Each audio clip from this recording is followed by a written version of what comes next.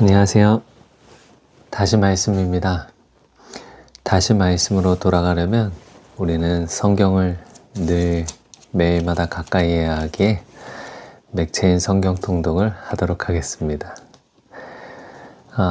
어제 제가 야간 근무여서 오늘 아침에 퇴근하고 잠깐 자고 나서 일어났습니다. 창세기 2장부터군요. 오늘 잠시 기도하겠습니다. 좋으신 아버지 하나님 감사합니다. 하나님의 은혜가 우리 인생 가운데 너무 큽니다. 하나님께서 우리 안으로 들어와 주신 것, 이것이 어찌 크지 않을 수 있겠습니까? 주님이 우리 안에 들어오셔서 우리와 함께 이동하시고, 우리와 함께 거하시고, 우리와 함께 교제하여 주시니 이것이 어찌 작은 일이라 할 수 있겠습니까? 너무 큰 은혜, 너무 큰 보배를 이런 낮고 초라한 질그릇에 모셨습니다. 바울의 고백과 같이 주님 감사합니다. 이 영광을 가지고 살아가는 한 사람 되기를 예수님의 이름으로 기도합니다. 아멘. 창세기 2장입니다. 천지와 만물이 다 이루어지니라. 하나님이 그가 하시던 일을 일곱째 날에 마치시니 그가 하시던 모든 일을 그치고 일곱째 날에 안식하시니라. 하나님이 그 일곱째 날에 복되게 하사 거룩하게 하셨으니 이는 하나님이 그 창조하시며 만드시던 모든 일을 마치시고 그날에 안식하셨음이니라. 에덴 동산, 이것이 천지가 창조될 때에 하나님과 하늘과 땅의 내력이니 여호와 하나님이 땅과 하늘을 만드시던 날에 여호와 하나님이 땅에 비를 내리지 아니하셨고 땅을 갈 사람도 없었으므로 들에는 초목이 아직 없었고 밭에는 채소가 나지 아니하였으며 안개만 땅에서 올라와 온 지면을 적셨더라. 여호와 하나님이 땅의 흙으로 사람을 지으시고 생기를 그 코에 불어넣으시니 사람이 생령이 되니라. 여호와 하나님이 동방의 에덴에 동산을 창설하시고 그 지으신 사람을 거기 두시니라. 여호와 하나님이 그 땅에서 보기에 아름답고 먹기에 좋은 나무가 나게 하시니 동산 가운데에는 생명나무와 선악을 알게 하는 나무도 있더라. 강이 에덴에서 흘러나와 동산을 적시고 거기서부터 갈라져 네 근원이 되었으니 첫째의 이름은 비손이라. 금이 있는 하윌라 온 땅을 둘렀으며 그 땅의 금은 순금이요 그곳에는 베델리엄과 호마노도 있으며 둘째 강의 이름은 기혼이라. 구스 온 땅을 둘렀고 셋째 강의 이름은 히데겔이라. 아수르 동쪽으로 흘렀으며 넷째 강은 유브라데더라.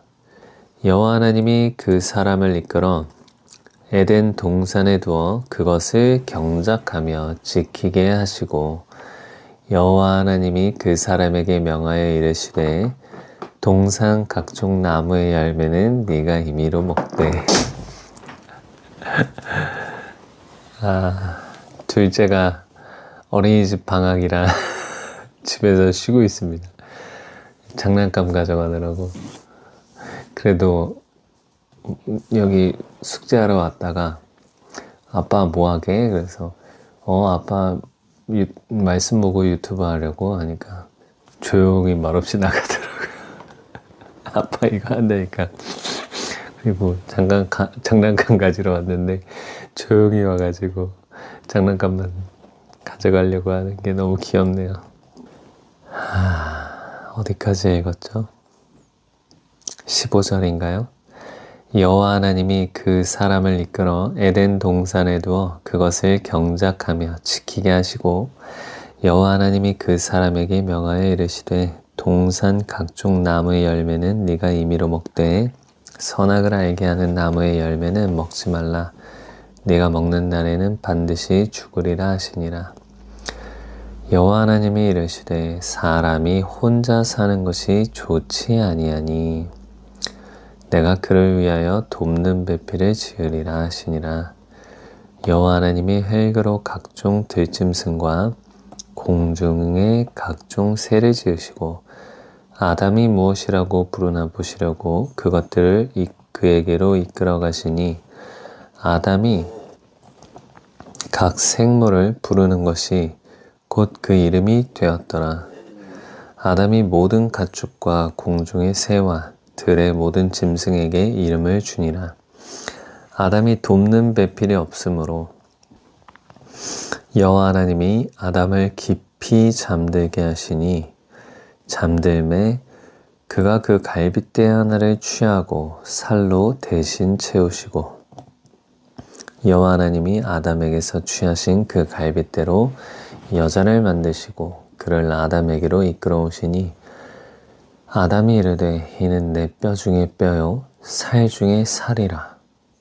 이것을 남자에게서 취하였은즉 여자라 부르리라 하니라. 이러므로 남자가 부모를 떠나 그의 아내와 합하여 둘이 한 몸을 이룰지로다. 아담과 그의 아내 두 사람이 벌거벗었으나 부끄러워하지 아니하니라. 아멘. 하나님이 사람을 보시기에 혼자 사는 것이 좋지 못하다, 좋지 않다라고 하나님이 얘기하셨네요. 그러면 아주 정확한 진단이고 아주 정확한 판단 아닐까요? 지으신 이가 지어진 이에게 지음받은 그 창조물을 가장 잘 아시는데 창조주가 보니까 사람이 혼자 사는 게 좋지 않겠는데 내가 돕는 배필을 지어야겠다 라고 한 것입니다. 그러므로 우리는 물론 사도 바울처럼 이렇게 결혼하지 않고 하나님의 나라를 위해서 살아가는 사람들도 있겠지만 일반적으로 하나님께서 생육하고 번성하여 땅에 충만하라라고 하셨고 하나님이 배필이 있는 것, 남자가 여자와 함께 사는 것이 좋음으로 말씀하신 것입니다. 왜냐하면 남자 혼자 사는 것이 좋지 않기 때문에 그래서 도와줄 수 있는 배필이 필요한 것입니다. 모자라서 요즘 그러잖아요. 남자가 모자라가지고 여자들의 도움이 필요하다, 여자의 도움이 필요하다라고 하잖아요. 그 돕는 배필이라는 건 도울 수 있다는 건 도움을 받는 입장보다 더 나을 때, 더 뛰어날 때 누군가를 또 돕잖아요. 그렇기 때문에 그래서 또 여자들이 많이 이렇게 되게 뛰어난 것 같습니다. 저희 아내만 봐도 그래요. 그렇게 돕는 배필을 지으셨습니다. 근데 여기서 이 창세기를 보면 남자와 여자만 있지 남자와 여자 외에 다른 성별은 없습니다. 남자인데 남자거나 요즘 사람들이 말하는 젠더의 자유에 대해서 젠더의 해방을 외치는 사람들은 이 세상엔 수만 가지의 성이 있다고 말하지만 성경은 남자와 여자만 말합니다. 그러므로 우리 그리스도인들은 그런 세상 풍조의 역행이 아니라 우리는 정로로 가고 있는데 세상 풍조가 우리를 거슬러 역행하고 있는 것입니다. 그러므로 우리는 그 역행하는 걸 따라갈 필요 없이 하나님의 말씀이 정로이니 그 길로 우리는 가면 됩니다. 놀라운 것은 아담을 깊이 잠들게 하시고 아담의 갈빗대를 취해서 그 갈빗대로 여자를 만드셨습니다. 그리고 그를 아담에게로 이끌어 왔습니다. 세상 최초 결혼식이죠. 아버지가 신부를 이끌고 남편에게로 이렇게 걸어오는, 그렇게 해서 이제 한 가정이 탄생했는데 이 아담이 이르되 이는 내 뼈 중에 뼈요 살 중에 살이라. 이것을 남자에게서 취하였은즉 여자라 부르리라 하니라. 그래서 여자가 되었습니다. 근데 이 구절을 가지고 나중에 사도 바울이 그리스도와 교회, 신부된 교회와 신부된 우리 그리스도인들, 교회된 성전된 우리, 교회가 된 우리, 그리스도와 신부가 결혼하는 것, 나중에 그리스도, 우리의 신랑 되신 그리스도와 신부 되신 우리가 한 몸이 되는 것, 이것을 고린도 전서과 후서에서 말합니다. 그러면 동일하게 여기 아담이 아니라 나중에 이 보좌 앞에 요한복음에 보면 하나님 아버지께서 내게로 이끌지 아니하면 아무도 내게로 올 수 없다고 예수님이 말씀하셨죠. 마치 지금 하나님이 하와를 창조해서 하와를 그 아담의 갈빗대를 취해서 만들어 가지고 그 하와를 신부로 데리고 아담에게 간 것처럼 하나님이 예수 그리스도의 살과 피로 죄인된 우리를, 썩어진 우리를, 아무것도 없는 우리를 예수 그리스도의 아름다운 신부로 만드시고 그 우리를 신랑 되신 예수님께로 이끌어 가시는 것입니다. 우리를 본 예수님은 뭐라고 하실까요? 이는 예수님이 이르되 이는 내 살 중에 살이요 내 피 중에 피라. 내 피 중에 피요 내 살 중에 살이라. 왜냐하면 우리가 예수님의 살과 피를 마셨기 때문에 이것을 나에게서 예수에게서 취하였은즉 예수 그리스도에게서 취하였은즉 그리스도인이라 하리라. 기름 부음 받은 자들 그리스도인이라 하리라. 교회, 나의 아름다운 신부 교회라 하리라. 하나님의 자녀라 하리라. 택함 받은 백성이라 하리라. 예수님이 우리를 보시고 이렇게 기뻐하고 사랑하지 않을까요? 저도 오늘 말씀 보면서 처음 이렇게 떠올랐던 부분이라 여운이 남네요. 아담으로 갔던 그 하와, 아담에게 걸어갔던 그 하와, 예수님에게 걸어갈 우리. 감사합니다, 주님. 마태복음 2장입니다. 동방으로부터 박사들이 경배하러 오다. 헤롯 왕 때에 예수께서 유대 베들레헴에서 나심에 동방으로부터 박사들이 예루살렘에 이르러 말하되 유대인의 왕으로 나시니가 어디 계시냐? 우리가 동방에서 그의 별을 보고 그에게 경배하러 왔노라 하니 헤롯 왕과 온 예루살렘이 듣고 소동한지라. 왕이 모든 대제사장과 백성의 서기관들을 모아 그리스도가 어디서 나겠느냐 물으니 이르되 유대 베들레헴이오니 이는 선지자로 이렇게 기록된 바 또 유대 땅 베들레헴아 너는 유대 고을 중에서 가장 작지 아니하도다. 내게서 한 다스리는 자가 나와서 내 백성 이스라엘의 목자가 되리라 하였음이니이다. 이에 헤롯이 가만히 박사들을 불러 별이 나타난 때를 자세히 묻고 베들레헴으로 보내며 이르되 가서 아기에 대하여 자세히 알아보고 찾거든 내게 구하여 나도 가서 그에게 경배하게 하라.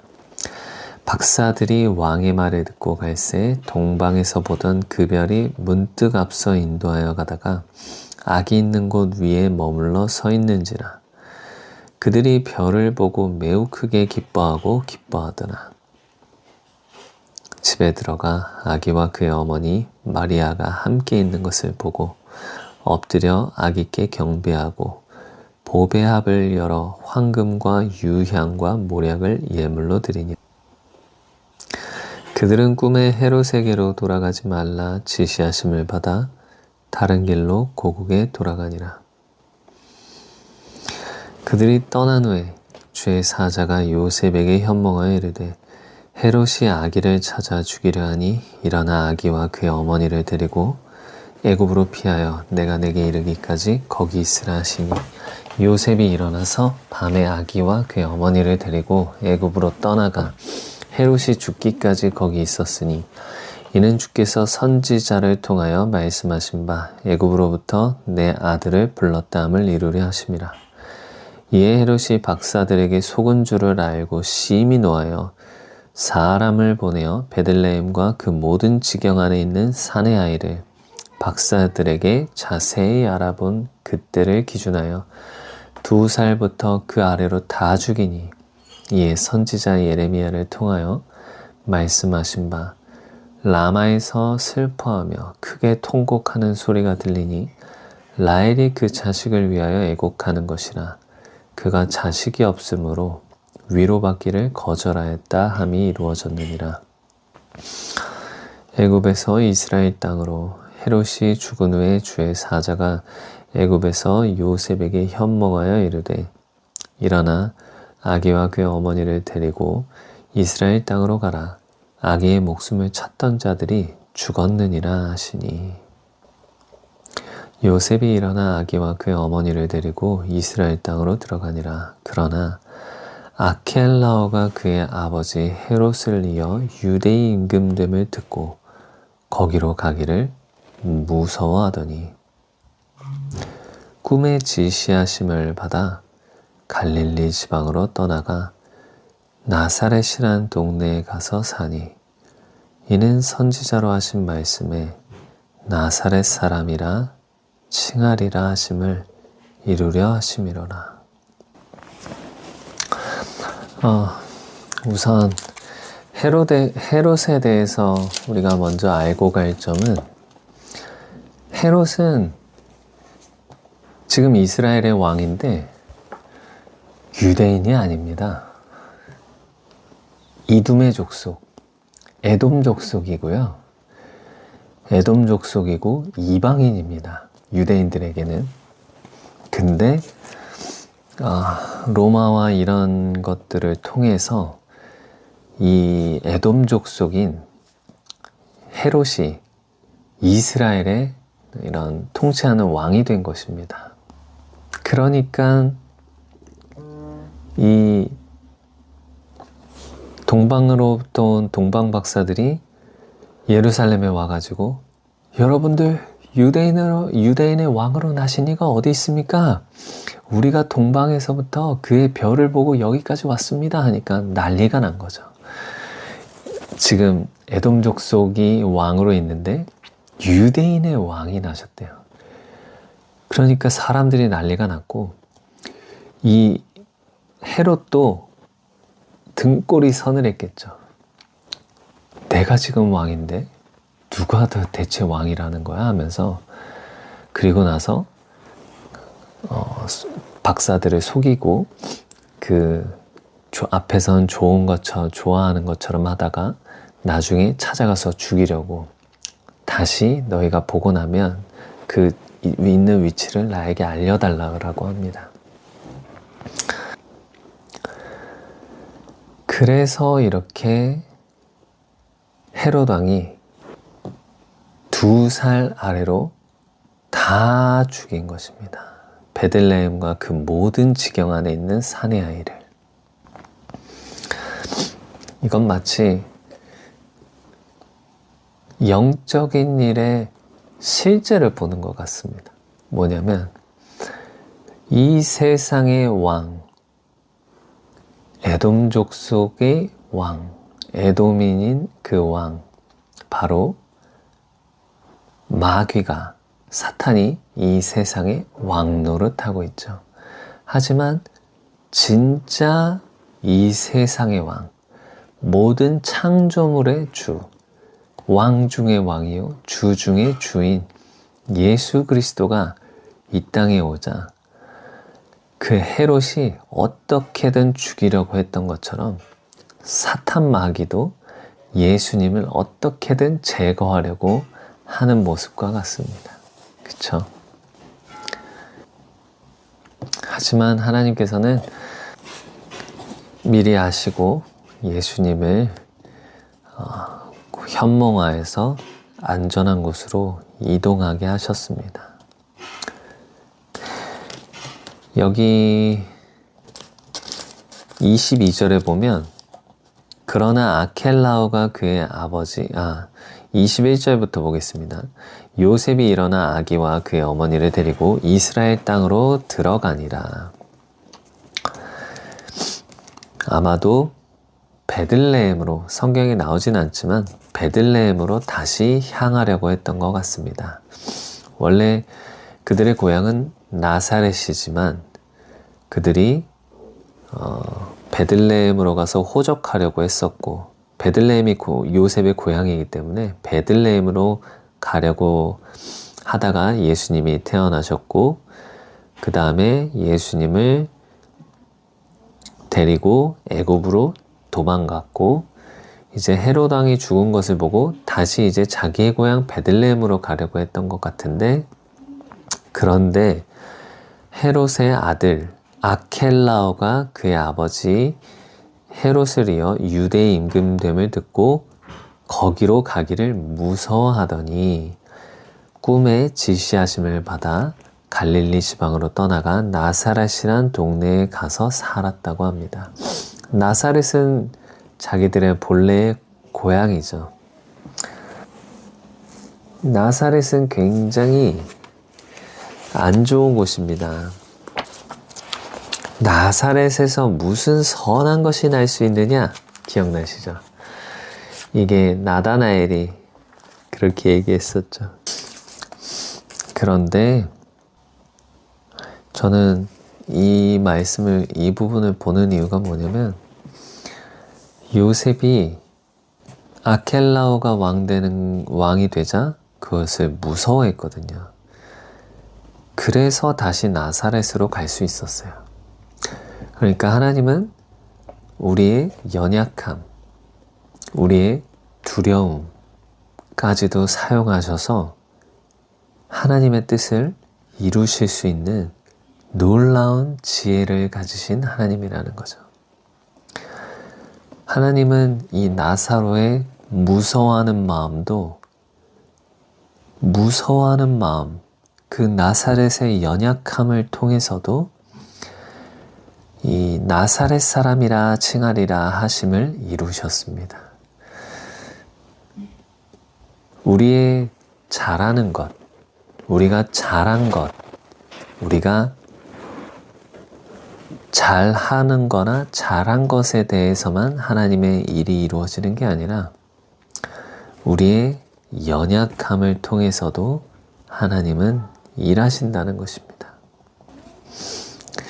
어제 박효진 장로님이 새롭게 하소서에 나왔더라고요.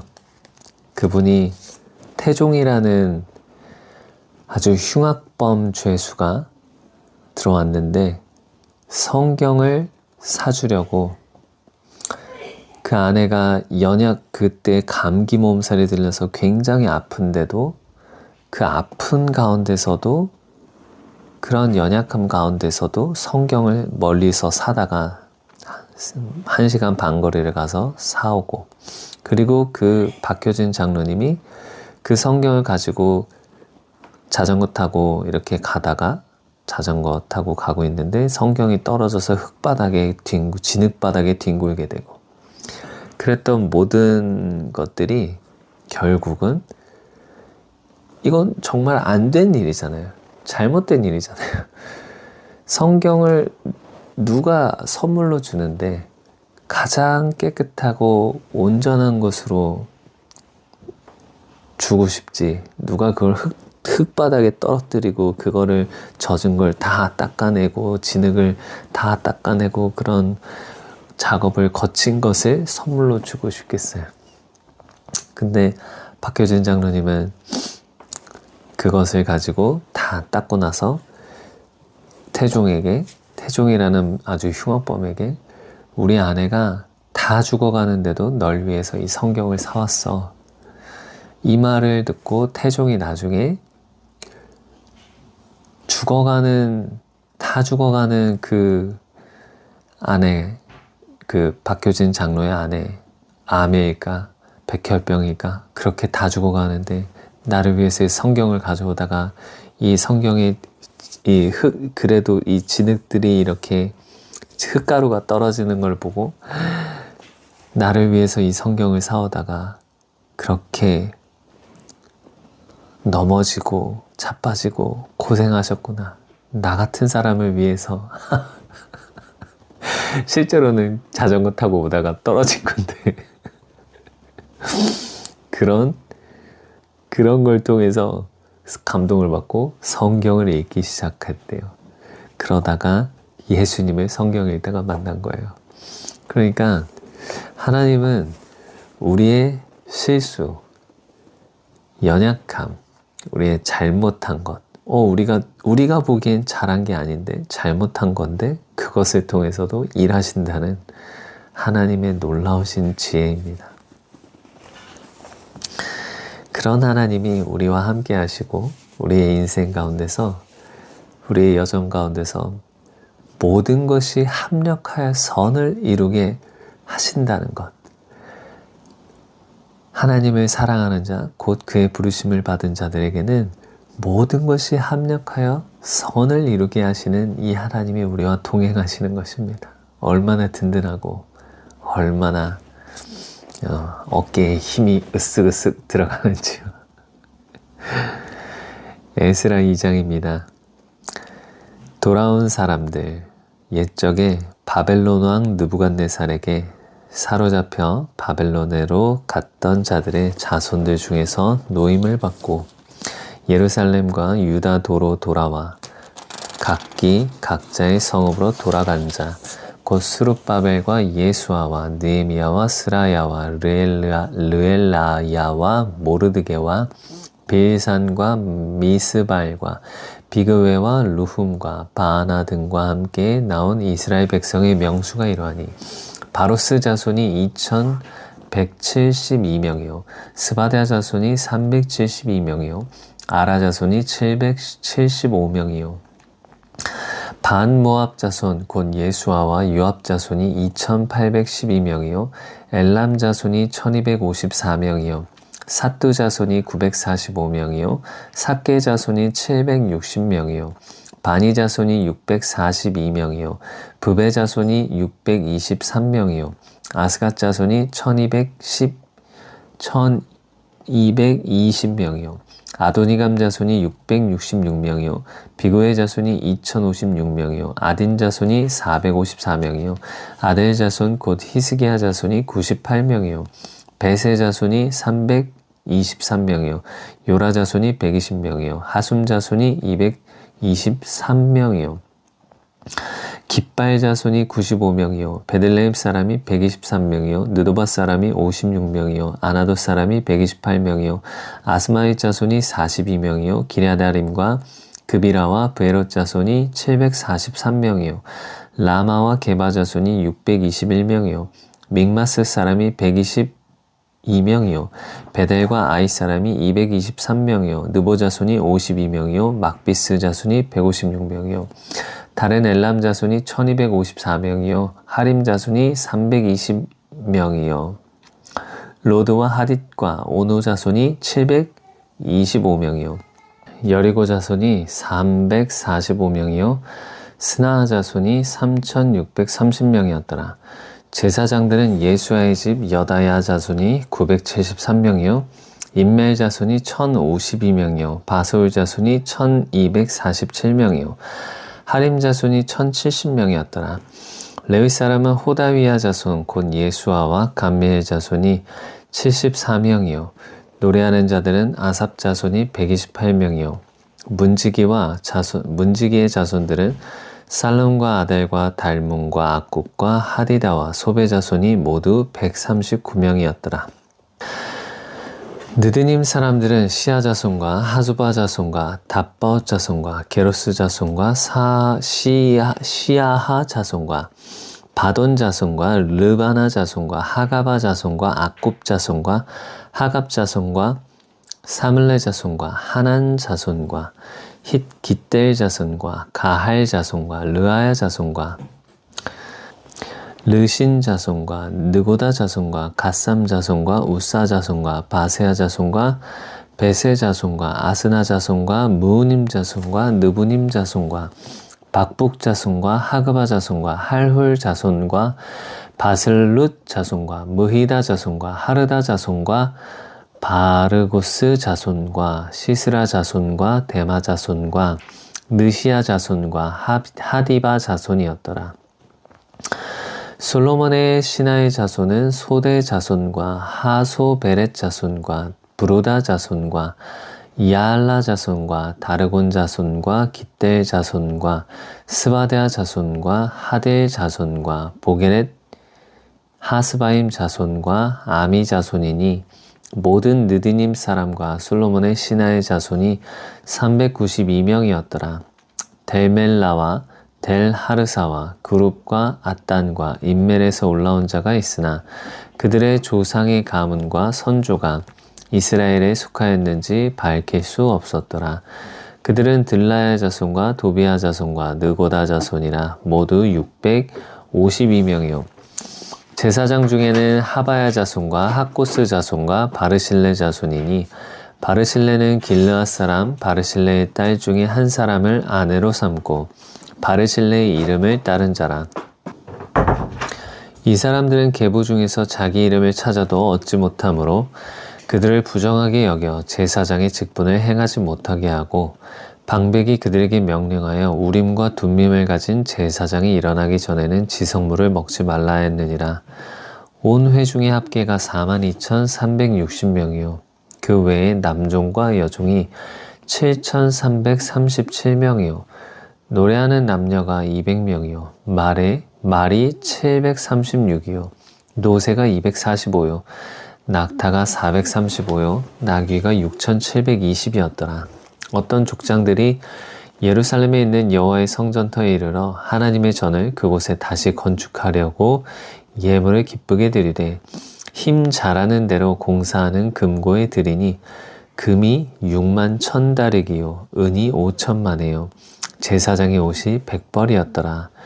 이에 제사장들과 레위 사람들과 백성 몇과 노래하는 자들과 문지기들과 느디님 사람들이 각자의 성읍에 살았고 이스라엘 무리도 각자의 성읍에 살았더라.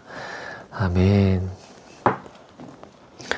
저는 맥체인이 이 맥체인 성경의 어떤 통독을 만든 그 맥체인이 천재가 아닐까 하는 생각을 합니다. 지금 에스라 2장에서 나오는 물론 지금 맥체인은 창세기와 마태복음과 에스라와 사도행전에서 뭐랄까 이게 전체가 시작하는 이게 원래 맥체인이 다 이름이 있더라고요. 뭔가 주제가 있더라고요. 1월 1일 시작하심이고 1월 2일 선물 해가지고 뭐 하나님 나라의 시의 시작, 시의 왕이신 예수 그리스도, 하나님 나라의 시의 모습, 시의 선물인 성령, 뭐 이런 식으로 뭔가 다 있더라고요. 그러니까 이게 그래도 그런 것도 참 대단하지만 그냥 성경을 읽으면 이런 맥체인 성경 짜여진 대로 읽으면 물론 모든 성경이 성령님께서 지으신 저자이기 때문에 성령께서 사람에게 감동하여 기록한 것이기 때문에 사실 한 영감과 한 그 영으로 쓴 것입니다. 성령님이 진짜 저자이신 거죠. 그런데 어쨌든 그래서 모든 성경은 다 동일한 내용을 말합니다. 하지만 이 맥체인 성경을 쭉 따라가다 보니까 이 말씀이 여기에 나오고 오늘의 읽을 이 말씀이 또 여기서 또 나오네? 계속해서 이렇게 이어지거든요. 근데 지금 에스라 2장인데 에스라 2장에서 63절입니다. 63절. 방백이 그들에게 명령하여 우림과 둠밈을 가진 제사장이 일어나기 전에는 지성물을 먹지 말라 하였느니라. 계보 중에서 자기 이름을 찾지 못하니까 부정하게 여겨서 너희는 제사장의 직분을 못한다. 그러니 우림과 둠밈을 가진 제사장이 일어나기까지 너희는 지성물을 먹지 말아라. 이렇게 말한 것입니다. 그래서 제가 우림과 둠밈이 또 뭔지 찾아봤죠. 우림과 둠밈은 우림은 빛이고 광채, 불꽃이란 뜻인 우르의 복수형이며 둠밈은 완전, 성실, 온전함, 고결, 순진이란 뜻의 톰의 복수형입니다. 두 단어는 하나님의 거룩한 성품을 반영한 표현으로 특히 히브리 알파벳의 알렙과 끝글자 히브리 알파벳의 첫 글자 알렙과 끝 글자 타우로 구성되어 있어서 하나님이 처음과 나중이시오 모든 역사의 원인과 결과가 되신다는 신앙적 메시지가 담겨 있다고 보기도 한다고 합니다. 우림과 둠밈. 그런데 이 이후에 우림과 둠밈을 가진 제사장이 일어나지 못했죠. 이 우림과 둠밈이란 그 속에 담긴 의미를 우리가 봤습니다. 그런데 이 이후에 그런 제사장이 일어나지 못했습니다. 바벨론 포로로 끌려갈 때 우림과 둠밈은 이미 파괴되었고 없어져 버렸습니다. 분실되었습니다. 그런데 이 우림과 둠밈을 가진 제사장이 일어나려면 조건이 있습니다. 아무나 그런 제사장이 될 수 없죠. 우림과 둠밈을 사용해서 하나님의 뜻을 묻기 위해서는 엄격한 자격이 필요했는데 바로 아론의 자손이어야 했습니다.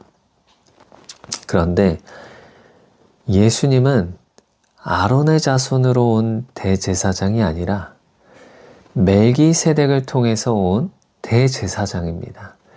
그래서 그분 자체가 우림과 둠밈이신 거죠. 그분 자체가 우림과 둠밈이란 건 예수님을 그냥 가리키는 것뿐입니다.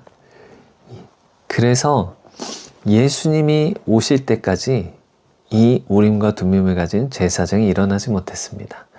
예수님이 오셔서 그 완성을 이루시고 예수님이 오셔서 멜기세덱의 반차를 따른 대제사장이 되어 하나님의 이런 성품들, 처음이요 나중이신 이런 모든 것들을 보여주시는 것입니다.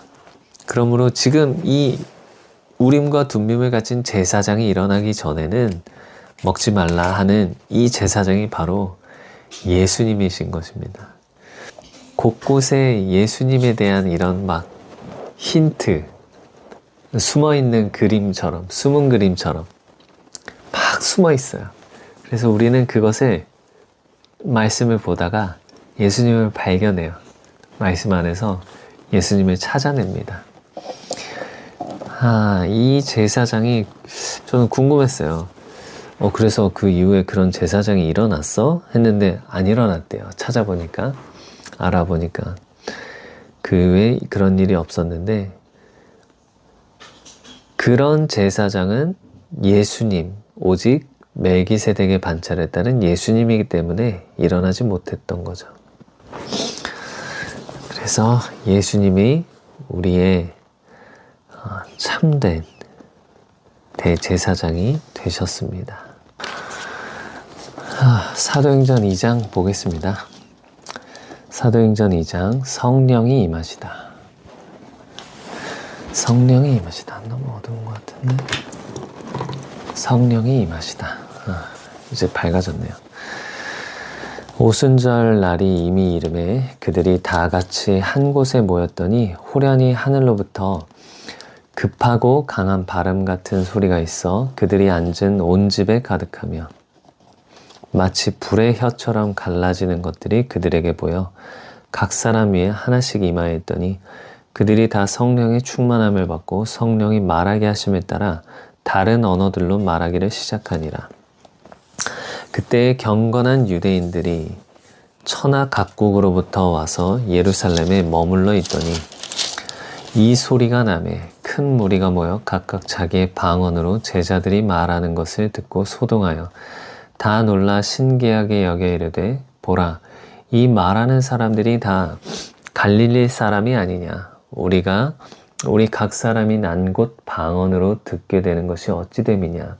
우리는 바데인과 메데인과 엘람인과 또 메소보다미아, 유대와 갑바도기아, 본도와 아시아, 부르기아와 밤빌리아, 애굽과 및 구레네에 가까운 리비아 여러 지방에 사는 사람들과 로마로부터 온 나그네 곧 유대인과 유대교에 들어온 사람들과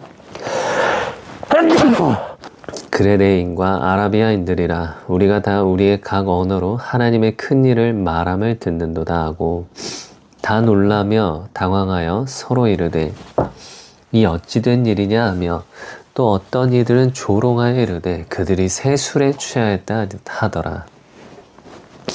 베드로의 오순절 설교. 베드로가 11사도와 함께 서서 소리를 높여 이르되 유대인들과 예루살렘에 사는 모든 사람들아, 이 일을 너희로 알게 할 것이니 내 말에 귀를 기울이라. 때가 제3시니 너희 생각과 같이 이 사람들이 취한 것이 아니라 이는 곧 선지자 요엘을 통하여 말씀하신 것이니 일러스되 하나님이 말씀하시기를 말세에 내가 내 영을 모든 육체에 부어주리니 너희의 자녀들은 예언할 것이요 너희의 젊은이들은 환상을 보고 너희의 늙은이들은 꿈을 꾸리라. 그때 내가 내 영을 내 남종과 여종들에게 부어주리니 그들이 예언할 것이요 또 내가 위로 하늘에서는 기사를 아래로 땅에서는 징조를 베풀리니 곧 피와 불과 연기로다. 주의 크고 영화로운 날이 이르기 전에 해가 변하여 어두워지고 달이 변하여 피가 되리라. 누구든지 주의 이름을 부르는 자는 구원을 받으리라 하였느니라. 이스라엘 사람들아, 이 말을 들으라. 너희도 아는 바와 같이 하나님께서 나사렛 예수로 큰 권능과 기사와 표적을 너희 가운데서 베푸사 너희 앞에서 그를 증언하셨느니라. 그가 하나님께서 정하신 뜻과 미리 아신 대로 내준 바 되었거늘 너희가 법 없는 자들의 손을 빌려 못 박아 죽였으나 하나님께서 그를 사망의 고통에서 풀어 살리셨으니 이는 그가 사망에 매어 있을 수 없었음이라. 다윗이 그를 가리켜 이르되 내가 항상 내 앞에 계신 주를 배웠으며 나로 요동하지 않게 하기 위하여 그가 내 우편에 계시도다. 그러므로 내 마음이 기뻐하였고 내 혀도 즐거워하였으며 육체도 희망에 거하리니 이는 내 영혼을 음부에 버리지 아니하시며 주의 거룩한 자로 썩음을 당하지 않게 하실 것이미로다. 주께서 생명의 길을 내게 보이셨으니 주 앞에서 내게 기쁨이 충만하게 하시리로다 하였으므로 형제들아 내가 조상 다윗에 대하여 담대히 말할 수 있노니 다윗이 죽어 장사되어 그 묘가 오늘까지 우리 중에 있도다. 그는 선지자라. 하나님이 이미 맹세하사 그 자손 중에서 한 사람을 그 위에 앉게 하리라 하심을 알고 미리 본고로 그리스도의 부활을 말하되 그가 음부에 버림이 되지 않고 그의 육신이 썩음을 당하지 아니하시리라 하더니 이 예수를 하나님이 살리신지라. 우리가 다 이 일의 증인이로다. 하나님이 오른손으로 예수를 높이심에 그가 약속하신 성령을 아버지께 받아서 너희가 보고 듣는 이것을 부어주셨느니라. 다윗은 하늘에 올라가지 못하였으나 친히 말하여 이르되 주께서 내 주에게 말씀하시기를 내가 내 원수로 내 발등상이 되게 하기까지 너는 내 우편에 앉아있으라 하셨도다 하였으니 그런즉 이스라엘 온 집은 확실히 알지니 너희가 십자가에 못 박은 이 예수를 하나님이 주와 그리스도가 되게 하셨느니라 하니라. 그들이 이 말을 듣고 마음에 찔려 베드로와 다른 사도들에게 물어 이르되 형제들아 우리가 어찌할꼬 하거늘 베드로가 이르되 너희가 회개하여 각각 예수 그리스도의 이름으로 세례를 받고 죄 사함을 받으라. 그리하면 성령의 선물을 받으리니 이 약속은 너희와 너희 자녀와 모든 먼데 사람 곧 우리 주 하나님이 얼마든지 부르시는 자들에게 하신 것이라 하고 또 여러 말로 확증하며 권하여 이르되 너희가 이 패역한 세대에서 구원을 받으라 하니 그 말을 받은 사람들은 세례를 받음에 이날의 신도의 수가 3,000이나 더하더라. 그들이 사도의 가르침을 받아 서로 교제하고 떡을 떼며 오로지 기도하기를 힘쓰니라. 믿는 사람이 모든 물건을 통용하다. 사람마다 두려워하는데 사도들로 말미암아 기사와 표적이 많이 나타나니 믿는 사람이 다 함께 있어 모든 물건을 서로 통용하고 또 재산과 소유를 팔아 각 사람의 필요를 따라 나눠주며 날마다 마음을 같이하여 성전에 모이기를 힘쓰고 집에서 떡을 떼며 기쁨과 순전한 마음으로 음식을 먹고 하나님을 찬미하며 또 온 백성에게 칭송을 받으니 주께서 구원받는 사람을 날마다 더하게 하시니라. 아멘. 와.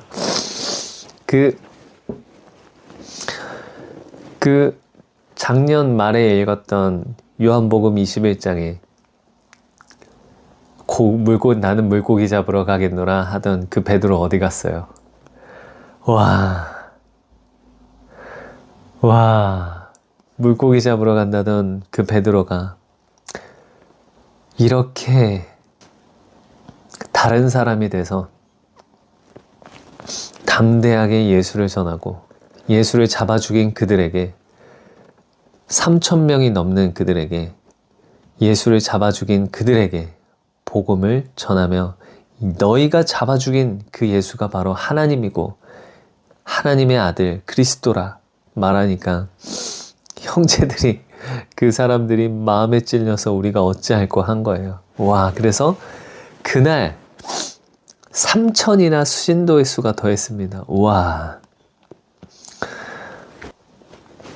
153마리의 물고기보다도 훨씬 귀한 훨씬 많은 3,000이나 되는 하나님의 형상으로 지어진 사람을 3,000이나 잡았습니다. 와, 놀라운데요? 야, 정말 성령께서 역사하시면 방언이 터지고 방언으로 또한 기도할 때 성령께서 담대함을 주시고 깨닫게 하시는군요. 이 말씀들이 어떻게 이런 말씀들을 베드로가 알았겠어요? 베드로는 바리새인도 아니고 율법 학자도 아닌데 하나님의 말씀을 그냥 줄줄줄 외워서 그 말을 이렇게 해석하였습니다. 지금은 이때부터 이미 말세였군요. 하나님이 말씀하시기를 말세에 내가 내 영을 모든 육체에 부어주리니. 지금도 말세입니다. 이런 말씀이 있는데 어떻게 성령의 역사는 더 이상 끝났다라고 말할 수 있죠? 사도행전은 이미 끝났다라고요? 아닌 것 같은데요. 그때부터 이미 말세였고 그때부터 내가 내 영을 모든 육체에 부어주리라고 하셨는데 말이 안 되죠. 그리고 또 중요한 부분이 아주 또 하나 있습니다. 바로 마지막 43절부터 47절인데 믿는 사람들이 모든 물건을 통용하고 이렇게 자기의 재산과 소유를 팔아 각 사람의 필요에 따라 나눠주며 이렇게 분배한 것처럼 보이죠. 근데 이것을 보고 마르크스는 이렇게 분배하고 모든 것을 이렇게 나누는 것, 이렇게 되면 유토피아가 올 줄로 믿습니다. 하지만 인간은 악해서 그렇게 안 됩니다. 인간은 욕심이 많고 악해서 인간 스스로는 그렇게 할 수가 없습니다. 우리는 죄인이기 때문에. 그래서 정부가 통제해서 각 사람들에게 나눠준다? 그것은 하나님의 원하는 방식도 아니고 사도행전과도 다릅니다. 정부가 통제해서 하는 것이 아니라 정부가 통제해서 모든 것을 분배하고 나눠주는 것이 아닙니다. 이것은 사회주의고 공산주의입니다. 이것은 그렇게 가지 않습니다. 사도행전은 어떻게 갔냐면 하나님이 부어주시는 놀라운 은혜로 기쁘고 사랑이 넘쳐서 자진하여 자신의 것을 형제들과 함께 나눈 것입니다. 교회가 주축이 돼서 이걸 한 것입니다. 그러므로 찰리 커크가 말한 작은 정부, 큰 교회, 이게 맞는 것입니다. 이게 성경적입니다. 정부가 우리의 것을 빼앗아서 가난한 자들에게 줄 것이 아니라 우리가 예수 그리스도의 놀라운 사랑과 은혜로 가득하고 기쁨이 충만해서 우리의 것을 이웃에게 나눠주고 형제들과 함께하는 것, 형제들에게 사랑을 베푸는 것, 교회가 주축이 돼서 이런 일들을 해야 하는 것. 그렇기 때문에 우리는 작은 정부, 큰 교회가 되어야 합니다.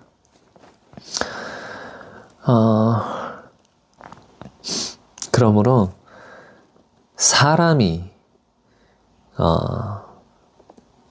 이게 왜 사회주의에서는 이걸 하려고 하는 줄 아세요? 사회주의는 인간이 죄인인 것을 인정하지 않습니다.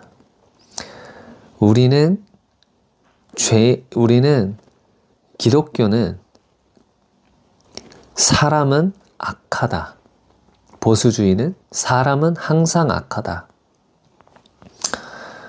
사람은 항상 악한데 그래서 하나님의 은혜가 필요한 것입니다. 우리나라의 아버지, 이 대한민국의 아버지 국부 이승만은 이렇게 말했습니다. 나라를 새롭게 하는 길이라는 시를 썼는데 그 글을 썼는데 보시죠. 풍속을 고치려거든 먼저 종교를 고쳐야 하고 정치를 개혁하려거든 먼저 사람을 개혁해야 하며 사람을 개혁하려거든 먼저 그 마음을 개혁해야 한다. 그 마음을 새롭게 하는 것은 오직 기독교 복음뿐이다. 그러니까 국가가 나서서 정부가 나서서 분배하는 것이 이게 본질이 아닙니다. 우리가 변화되지 않으면 하나님의 은혜로 우리가 변화되지 않으면 이런 나눔들은 강제적인 나눔이나 이런 것들은 아무 의미가 없는 것입니다. 하나님의 은혜로 우리가 은혜 받아서 변화돼서 거저주고 나눠주고 사랑을 베푸는 것, 이것이 참된 하나님의 어떤 그 계획입니다. 하나님은 그렇게 하기를 원하십니다. 하지만 사회주의는 그것을 하지 않죠. 하나님을 인정하지 않기 때문입니다. 이러한 것들이 왜 중요하냐? 우리가 사회주의가 무엇인지, 우리 예수 그리스도를 믿는 이 기독교의 신앙이 무엇인지, 어떻게 기독교가 좌파를 지지할 수가 있으며, 어떻게 기독교라 하는 자가, 나는 그리스도인이라 하는 자가 좌파를, 민주당을 지지할 수 있는가? 우리는 반드시 가르쳐야 합니다. 이것은 정교 분리를 위반하는 것이 아니고, 정교 분리란, 이것도 다시 말하지만, 정교 분리는 교회가 정치에 참여하는 것을 막는 것이 아니라 국가가 교회에 간섭하는 것을 막는 그 법이 바로 정교 분리입니다. 그러므로 우리는 이러한 것들을 가르쳐야 합니다. 가르치지 않아서 이렇게 된 거예요. 가르치지 않아서 사실을 말하지 않고 성경적으로 진리를 말하지 않기 때문에 아무것도 모르는 바보들이 된 것입니다. 우리는 반드시 진리를 외쳐야겠습니다. 그리고 오직 이 나라를 새롭게 하는 것은 이 복음이 전해지고 이 복음으로 우리 각 사람들이 변화될 때 이 나라는 변화될 것입니다. 아멘. 기도하겠습니다. 좋으신 아버지 하나님 감사드립니다.